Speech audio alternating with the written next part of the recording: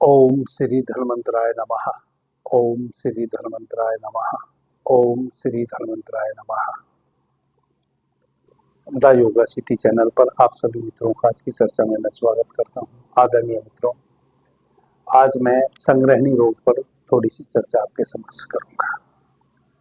संग्रहणी रोग के जो लक्षण है वह आपको बताऊंगा, क्यों संग्रहणी हमें हो जाती है वह बताऊंगा, और संग्रहणी यदि किसी मित्र को हो गई है किसी भी आयु वर्ग में, उससे आप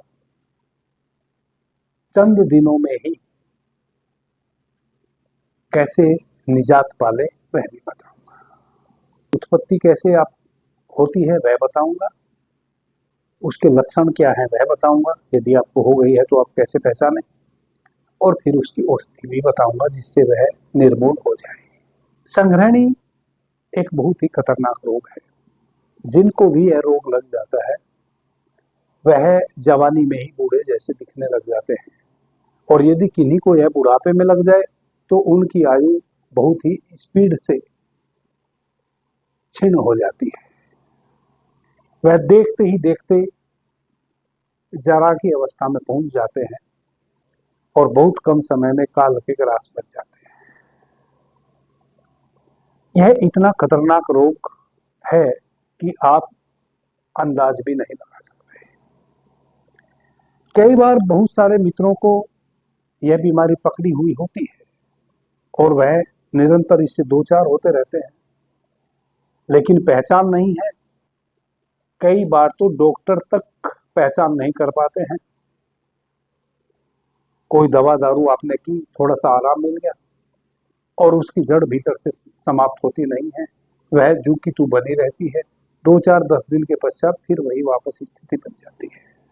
आदरणीय मित्रों, संग्रहणी का मतलब है कि जो भी हमने भोजन ग्रहण किया वह बिना डाइजेस्ट हुए वैसा ही हमारे मल त्याग करने के माध्यम से बाहर हो जाए।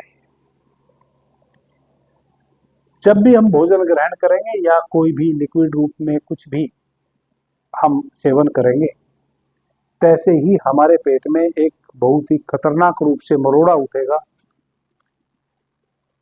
और दौड़ के हमें शौचालय जाना पड़ेगा। ऐसा हमें प्रतीत होगा जैसे हमारे भीतर बहुत सारा मल भरा हो।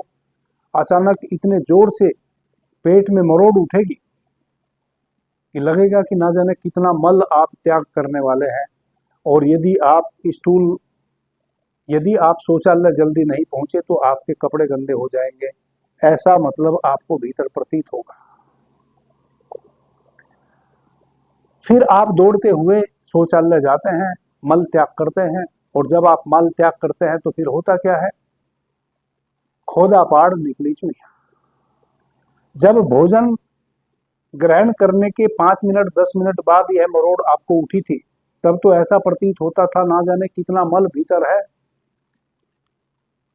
जो निकलने के लिए तैयार है। लेकिन जब आप दौड़ के शौचालय जाएंगे, 2-3 छोटी छोटी विंड्स होंगी और बहुत ही थोड़ा सा मल का बाहर विसर्जन होगा और आपका मरोड़ा बिल्कुल शांत हो जाएगा। बादल गरज तो बहुत रहे थे लेकिन बरसे बिल्कुल भी नहीं। वापस आप चले आएंगे, फिर आप कुछ भी खाएंगे कुछ भी पिएंगे, वापस से आपको ऐसा ही मरोड़ा उठेगा और फिर आपको दौड़ के जाना पड़ेगा। इस प्रकार से 6-8 टाइम 24 घंटे में जिनको संग्रहणी हो जाती है उनको जाना पड़ जाता है मल त्याग के लिए। और मरोड़ा ऐसा उठेगा कि यदि आप दौड़ के शौचालय नहीं गए तो कुछ ही समय में एक विंड्स आपको होएगी और उस विंड्स के माध्यम से थोड़ा सा मल आउट हो जाएगा और आपके कपड़े गंदे हो जाएंगे। इतना खतरनाक यह रोग है। ये है इसके लक्षण।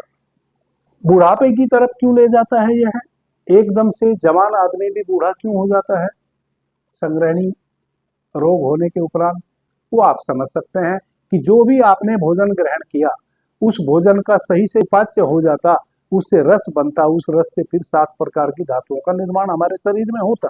उसी के लिए तो हम भोजन ग्रहण करते हैं। फिर उस भोजन से हमें ऊष्मा भी मिलती, ब्लड इत्यादि, वीर्य इत्यादि, मांस मज्जा सब 7 धातुओं का निर्माण होता। लेकिन अभी चूंकि भोजन आपने ग्रहण किया और भोजन डाइजेस्ट ही नहीं हुआ, 30%, 35% भोजन डाइजेस्ट हुआ और बाकी भोजन वैसे ही रह गया।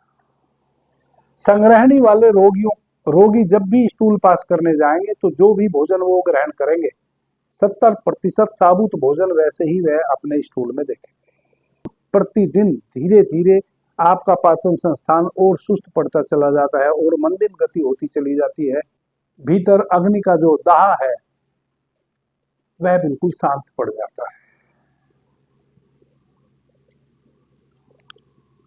जितना लंबे समय तक आप इस बीमारी से ग्रस्त रहेंगे उतना ही आपका पाचन संस्थान और स्लो हो जाएगा। अब भूख भी लगना धीरे धीरे बंद होने लगेगी, आंखें नीचे गहरे खड्डे में चली जाएंगी, चेहरा पिचक जाएगा, मांस समाप्त हो जाएगा, धीरे धीरे हड्डियों का पिंजरा भर शरीर रह जाएगा। लेकिन यह अवस्था आने में समय बहुत लगता है। यह ऐसा नहीं है कि महीने, 2 महीने, 4 महीने में यह पोजीशन आ जाएगी जो मैं आपको बता रहा हूँ। इसमें कई बार 2, 3, 4 वर्ष लग जाते हैं और कई बार संग्रहणी रोग हमें पकड़ लेता है, लेकिन हमें पता नहीं चलता। हम कभी वह चूर्ण, कभी वह चूर्ण, कभी सब गोल, कभी त्रिफला चूर्ण, कभी कुछ अपना अटरम सटरम अपने मन से लेके खाते रहते हैं। उससे थोड़ा बहुत हमें रिलीफ मिल जाती है। कभी कभी भोजन का परिपाक भी ठीक से हो जाता है, कभी स्टूल भी हम साफ चले जाते हैं। और निरंतर 2 महीने, 6 महीने, 2 साल तक हम इस प्रकार से गुजारते रहते हैं। उसके बाद यह धीरे धीरे भीतर, चूंकि यह रोग तो जाता नहीं है, यह भयंकर रूप ले लेती है बीमारी, और फिर कोई भी चूर्ण, कोई भी बटी काम करना बंद कर देती है। और एलोपैथिक डॉक्टरों को तो यह रोग समझ में ही नहीं आता है। ऐसा रोगी काल का ग्रास बन जाता है बहुत ही कम समय में। आदरणीय मित्रों, यह है इसके लक्षण। संग्रहणी हो क्यों जाती है, उसके होने का कारण क्या है, उसके पीछे भी हम ही कारण है, उसके पीछे भी और किसी का कोई दोष नहीं है। संग्रहणी एक तो उन लोगों को निश्चित रूप से हो जाती है जो भोजन के विपरीत भोजन हमेशा करते हैं, जिनको यह नहीं पता है कि कौन से भोजन के साथ हमें कौन सा भोजन करना चाहिए। भोजन के विपरीत भोजन। दूसरा, वैसे लोगों को संग्रहणी निश्चित रूप से हो जाती है जो निरंतर खाते रहते हैं। जैसे अभी भोजन ग्रहण किया, आपका जो डाइजेस्टिव सिस्टम है, ऊर्जा उस भोजन को पचाने के लिए दौड़ पड़ी। पूरे शरीर की अग्नि, वह जो 2 रोटी आपने खाई है उसको डाइजेस्ट करने में लग गई, और उसी समय आप शारीरिक श्रम और मानसिक श्रम भी कर रहे हैं साथ साथ।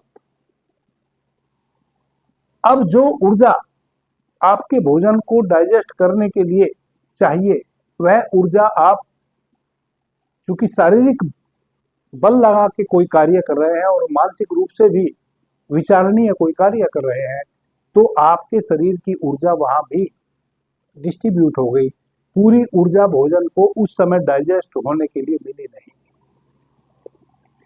इस कारण से ही कहते हैं कि जब भी भोजन ग्रहण करो, कम से कम 20 मिनट, 25 मिनट बाईं करवट लेट जाना चाहिए, ताकि हम शांत लेट जाएं, हमारी शरीर की समस्त ऊर्जा उस भोजन को पचाने में लग जाए। जब हम आंख बंद करके चुपचाप लेट जाते हैं तो जो आंखों के माध्यम से ऊर्जा बाहर बह रही थी वह भी हमारे पाचन संस्थान की तरफ लौट गई। जो हम कोई भी शरीर के द्वारा हलन चलन कर रहे थे, कानों के माध्यम से कुछ सुनने का प्रयास कर रहे थे, चल रहे थे, घूम रहे थे, कोई कार्य कर रहे थे, उन सभी चीजों में जो ऊर्जा का व्यय हो रहा था, वह सारी ऊर्जा भोजन की को डाइजेस्ट करने के लिए आपके पाचन संस्थान की तरफ दौड़ पड़ी। तो 50% जो भोजन है वह आपका 20 से 25 मिनट में ही डाइजेस्ट हो जाएगा। आप कम से कम 20-25 मिनट अपने शरीर की सारी ऊर्जा को अपने पाचन संस्थान को डोनेट कर दीजिए। और उसको डोनेट करने का यही तरीका है कि आप बिल्कुल शांत बायां करवट लेट जाइए। उससे क्या होगा कि आपका सूर्य स्वर सक्रिय होगा, प्राण की शक्ति आपके शरीर को अतिरिक्त मिलेगी, और आप शांत चित्त मौन अवस्था में लेटे हुए हैं, उससे जो बाहर ऊर्जा बह रही थी वह भी आपके पाचन संस्थान को मिलेगी। भोजन कम समय में सही रूप में डाइजेस्ट हो जाएगा। यदि आप इसके उल्टा करते हैं तो फिर आपके भोजन को डाइजेस्ट करने में जो ऊर्जा लगनी थी उसका व्यय भी आपने दूसरे कार्यों में बाहर कर दिया। कम एनर्जी आपके भोजन को डाइजेस्ट करने के लिए आपके पाचन संस्थान के पास पहुंची और इनडाइजेशन के आप शिकार हो गए। एक कारण तो यह है।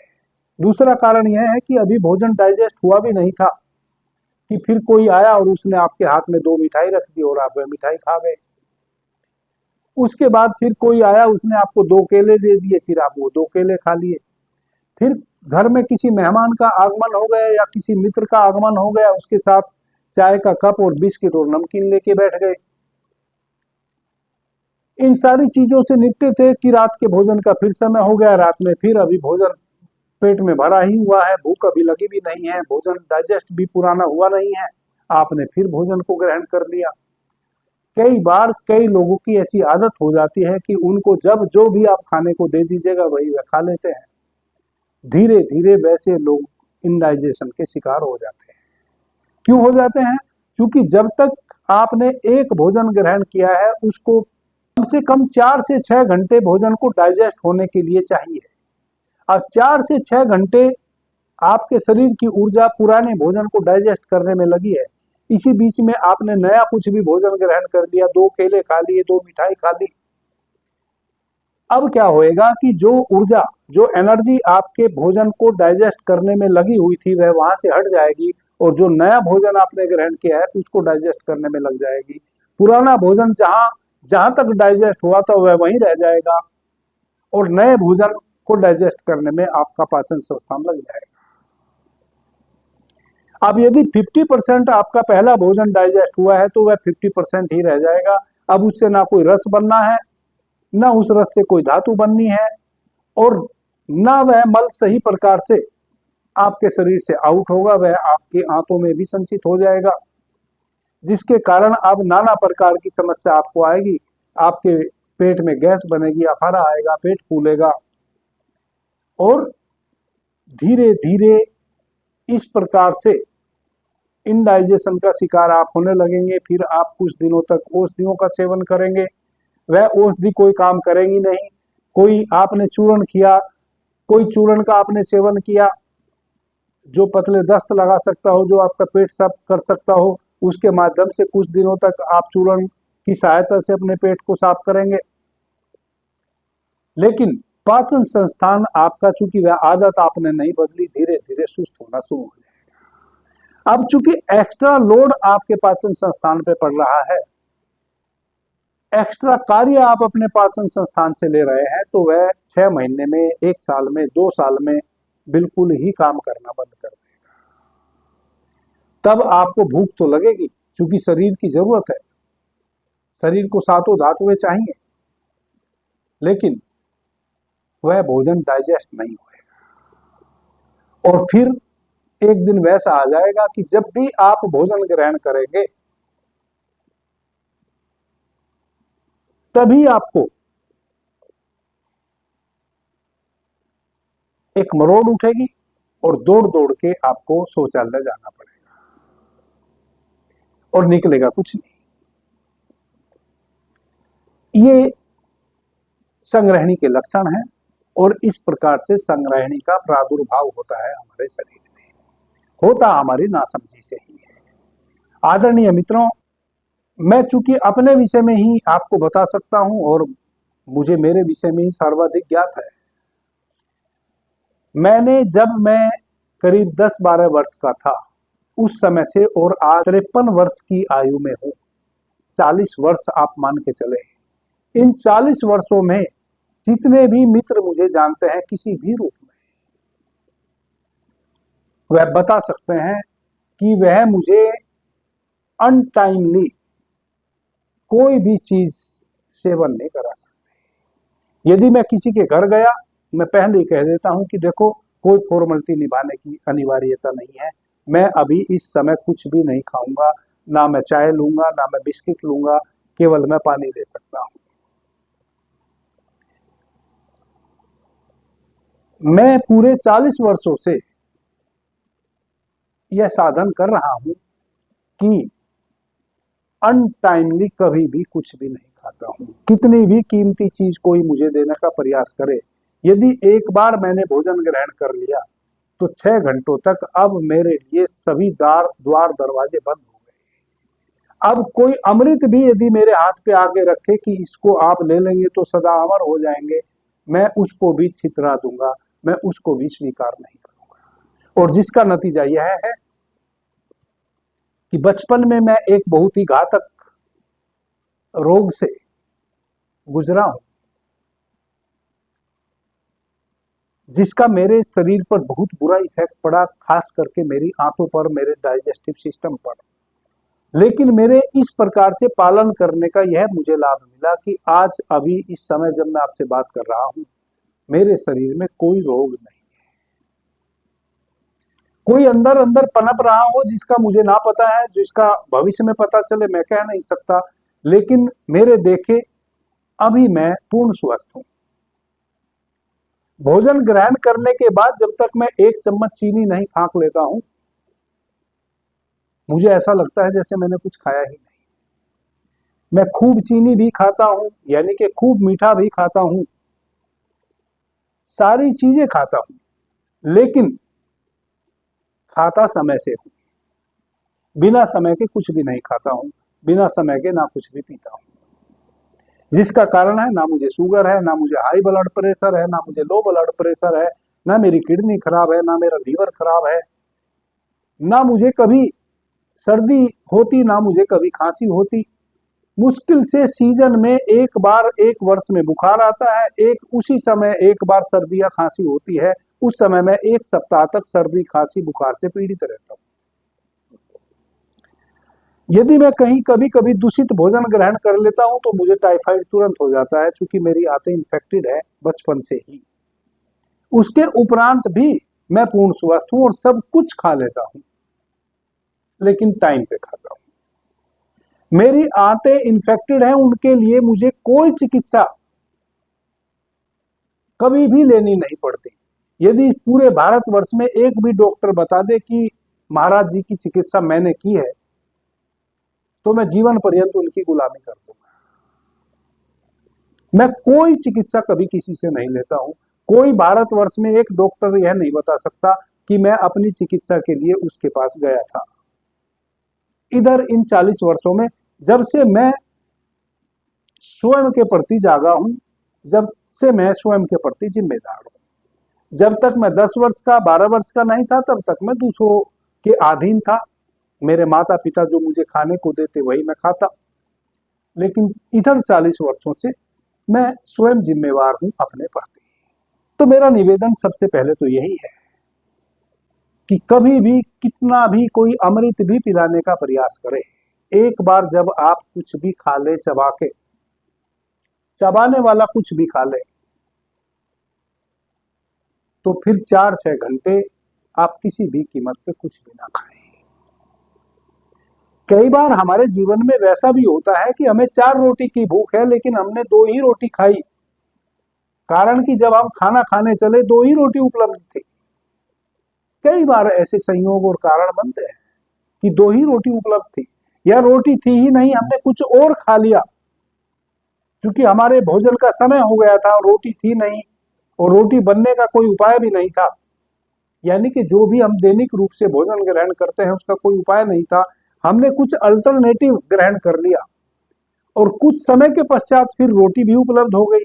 तो अब जब चूंकि हमने अल्टरनेटिव ग्रहण कर लिया, तो अब हमारे लिए रोटी जहर है। अब हम 4-6 घंटे कुछ भी नहीं खाएंगे। सबसे पहले तो आप इस बात का पालन कर लें। यदि आपने इस बात का पालन किया तो संग्रहणी जैसा रोग आपको कभी हो नहीं सकता। इंडाइजेशन की समस्या कभी आपको आ नहीं सकती, और यदि आ गई है तो फिर उसका बहुत ही सुलभ सा उपाय है, उपचार है। वह उपचार आप कर ले, यूं तो 1 सप्ताह में आप पूर्ण रूप से ठीक हो जाते हैं। वह जो मरोड़ बनना है वह सब दूर हो जाता है। 40 दिन आप जो औषधि मैं अभी आपको बताऊंगा उनका सेवन करें, आपका बिल्कुल चेहरा बदल जाएगा। आपके भीतर जो है मरोड़ की स्थिति बनती थी, जैसे ही आप कुछ भी खाना खाएं, पानी पिए, एकदम मरोड़ उठती थी और आपको भागना पड़ता था, शौचालय में स्टूल पास करने के लिए, वह सारी समस्या समाप्त हो जाएगी। यदि आपकी आंखें गहरे धंस गई हैं, फिर से वापस से आपके चेहरे पे नूर आने लगेगा, फिर से वापस से आप पूर्ण रूप से स्वस्थ होने लगेंगे। औषधियां क्या है? मुलैठी एक औषधि होती है। मुलैठी, आप मुलैठी 200 ग्राम पंसारी के यहां से लेके आ जाए। उसको कड़ी धूप में ना सुखाएं, थोड़ा ऐसी जगह उसको सुखा ले जहां उस पर डायरेक्ट धूप ना पड़े, थोड़ा सा छावनी वाली धूप पड़े, उसको धूप में सुखा लें। लोहे की खल होती है, उसमें आप उसको खोट खोट के बारीक चूर्ण बना लें। चूर्ण इतना बारीक बनाना है कि एक मलमल का कपड़ा ले ले, उस मलमल के कपड़े से उसको, एक मलमल का कपड़ा किसी बर्तन पे बांध लें और उसको खोट के चूर्ण को उस पे रख के उसको हाथ से मले, तो वह नीचे जो छन जाए उसको कहते हैं कपड़ छन चूर्ण। जो कपड़े से छन जाए, मलमल के कपड़े से जो छन जाए, इतना बारीक चूर्ण कपड़े से छान के आप रख लें। थोड़ा उसमें समय लगेगा आपको कूटने में, पीसने में। मिक्सी में कभी भी उसको ना कूटे, क्योंकि जब आप मिक्सी में किसी भी औषधि को चूर्ण बनाते हैं तो मिक्सी उसको गर्म कर देती है। जैसे ही कोई औषधि गर्म हो जाती है, उसकी बहुत हद तक शक्ति क्षीण हो जाती है। इसलिए उसको खल में ही कूट कूट के ही चूर्ण बनाने का प्रयास करें। जो मित्र वैसा ना कर सकते हो तो याष्टी मधु नाम से व्यास फार्मास्यूटिकल्स वाले उसको बनाते हैं। बैद्यनाथ कंपनी बनाती है, डाबर कंपनी बनाती है। कई नामी ग्रामी आयुर्वेदिक औषधि बनाने वाली कंपनी याष्टी मधु नाम से मुलैठी के चूर्ण को बनाती है। मुलैठी को ही याष्टी मधु कहते हैं। तो यदि आप पंसारी के यहाँ से लाके खोट पीस के चूर्ण नहीं बना सकते हैं, तो याष्टी मधु आप 200 ग्राम लेके आ जाए किसी भी आयुर्वेदिक स्टोर से। तो पहली औषधि तो आपकी याष्टी मधु है। इस याष्टी मधु को आप 2.5 से 3 ग्राम के करीब सुबह में और 2.5 से 3 ग्राम के करीब रात्रि में, सुबह में नाश्ता भोजन से पहले, रात्रि में फिर भोजन से पहले मलाई ले ले दूध की, उसमें थोड़ा उसको पेस्ट बना ले, उसको चाट ले। यदि मलाई नहीं है तो शहद के साथ उसको मिला के थोड़ा चाट ले। इतना शहद ले ले कि उसमें उसका पेस्ट बन जाए और उसको चाट ले। ध्यान रहे कि जब आप शहद में या मलाई में मिला के याष्टी मधु को चाटेंगे, उसके बाद आपने पानी से कुल्ला भी नहीं करना है, यानी कि एक बूंद पानी भी 20-25 मिनट तक आपको अपने कंठ के नीचे नहीं जाने देना है। तो पहली औषधि तो आपकी हो गई याष्टी मधु,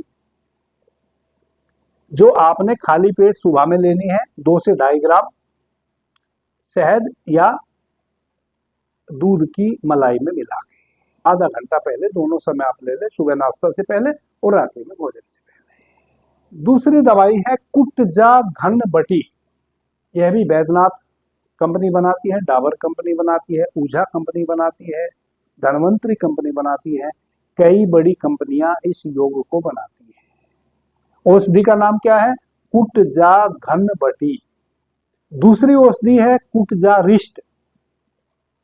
कुटजा रिष्ट, इन दोनों औषधियों को ले लेना है, कुटजा रिष्ट और कुटजा घन बटी। सुबह नाश्ता के बाद वह जो आप कुटजा रिष्ट लेंगे, 1 कप पानी ले ले, 4 ढक्कन कुटजा रिष्ट औषधि ले ले और 4 टैबलेट कुटजा घन बटी की ले ले।